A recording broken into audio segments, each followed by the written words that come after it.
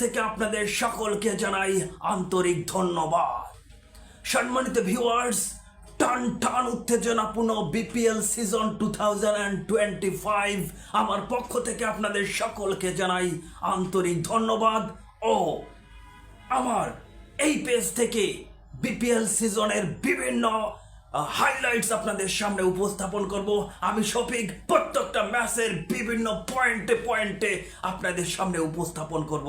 ক্রিকেটের বিভিন্ন বিষয়, প্রত্যেকটা দলের দুর্বলতা সফলতা সব বিষয় নিয়ে আপনাদের সামনে হাজির হব আমি শফিক।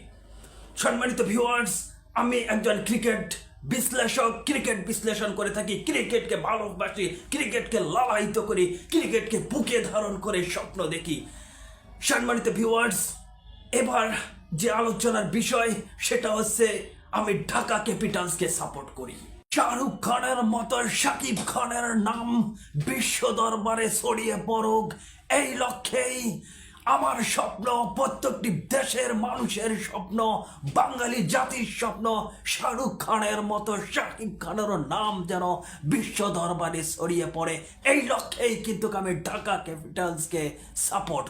একাদশ কেমন হওয়া উচিত সেই বিষয়টি নিয়ে আলোচনা করছি।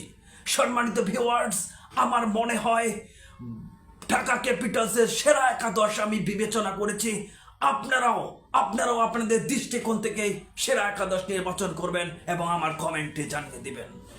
সম্মানিত ভিউয়ার্স, আমি ওপেনিংয়ের কম্পেয়ার যদি করি তাহলে পাকিস্তানের অন্যতম মার কাট প্রতিপক্ষ বোলারদের ভয়ঙ্কর ত্রাসের নাম বর্তমান যুগের মডার্ন ব্যাটসম্যান সাইম আইয়ুবের কথা বলছি, এবং সেই সাথে বাংলাদেশ দলের এখনকার সেরা পারফর্মার তানজিদ হাসান তামিমকে, এই দু উদ্বোধনী ব্যাটসম্যান আমি ঢাকা ক্যাপিটালসের হয়ে দেখতে চাই।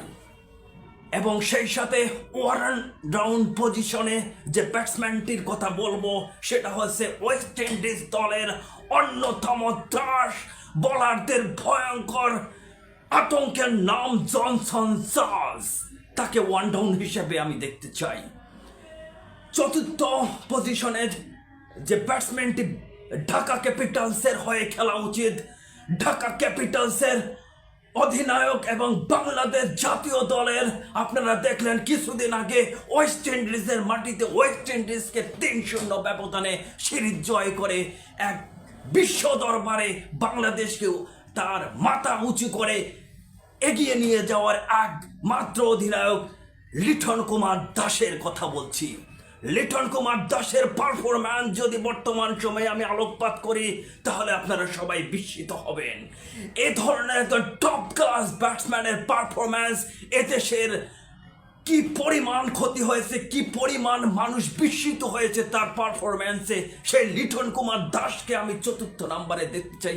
এ কারণেই তিনি একজন ট্যালেন্টেড ব্যাটসম্যান, তার মেধা শক্তি সব মিলিয়েই ঢাকা ক্যাপিটালসকে অনেক দূরে এগিয়ে নিয়ে যাওয়ার একটা প্রয়াস হিসেবে কাজ করবে বলে আমি মনে করি।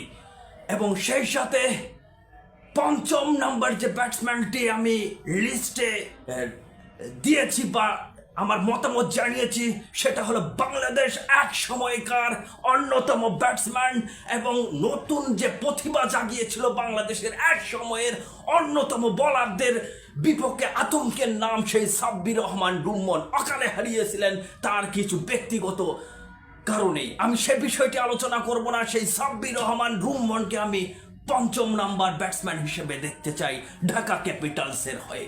আপনারা মতামত অবশ্যই জানাবেন এবং কমেন্ট করবেন, আমাকে জানিয়ে দেবেন যে শফিক ভাই এই পজিশনে আমরা সাব্বির রহমান রুম্মনকে দেখতে চাই, এবং আমি আমার পরের ভিডিওতে আমার মতামত উপস্থাপন করব। এরপরেই বিপিএলে এক সময়কার অন্যতম পারফরম্যান্সধারী হাবিবুর রহমান সোহান, আপনারা জানেন কয়েক বিপিএল সেশনে আমি তার পারফরম্যান্স দেখেছি নান্দনিক, টপ ক্লাস ব্যাটসম্যান, তাকে আমি ষষ্ঠ নাম্বার ব্যাটসম্যান হিসেবে দেখতে চাই।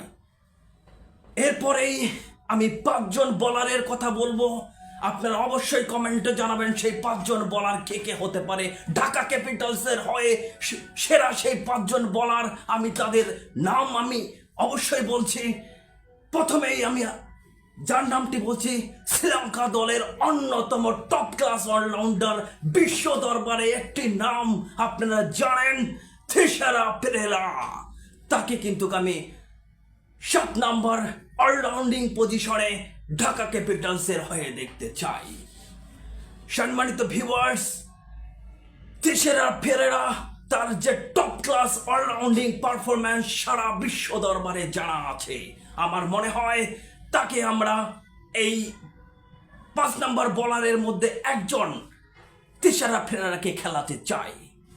এরপরেই থিসারা পেরেরার পরেই আমি কথা বলবো বাংলাদেশ দলের অন্যতম পেস ইউনিটের সেরা বোলার মোস্তাফিজুর রহমানের কথা। বাংলাদেশের বোলিং স্তম্ভের অন্যতম নাম মোস্তাফিজুর রহমান।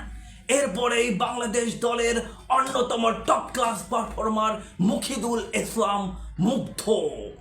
এরপরেই আমি যে নামটি বিবেচনা করব, বাংলাদেশ দলের স্পিন ইউনিটের অন্যতম সেরা বোলিং স্পিনিং করে থাকেন বামহাতি অর্থোডক্স নাজমুল ইসলাম অপু। এরপরেই পাকিস্তানের আমি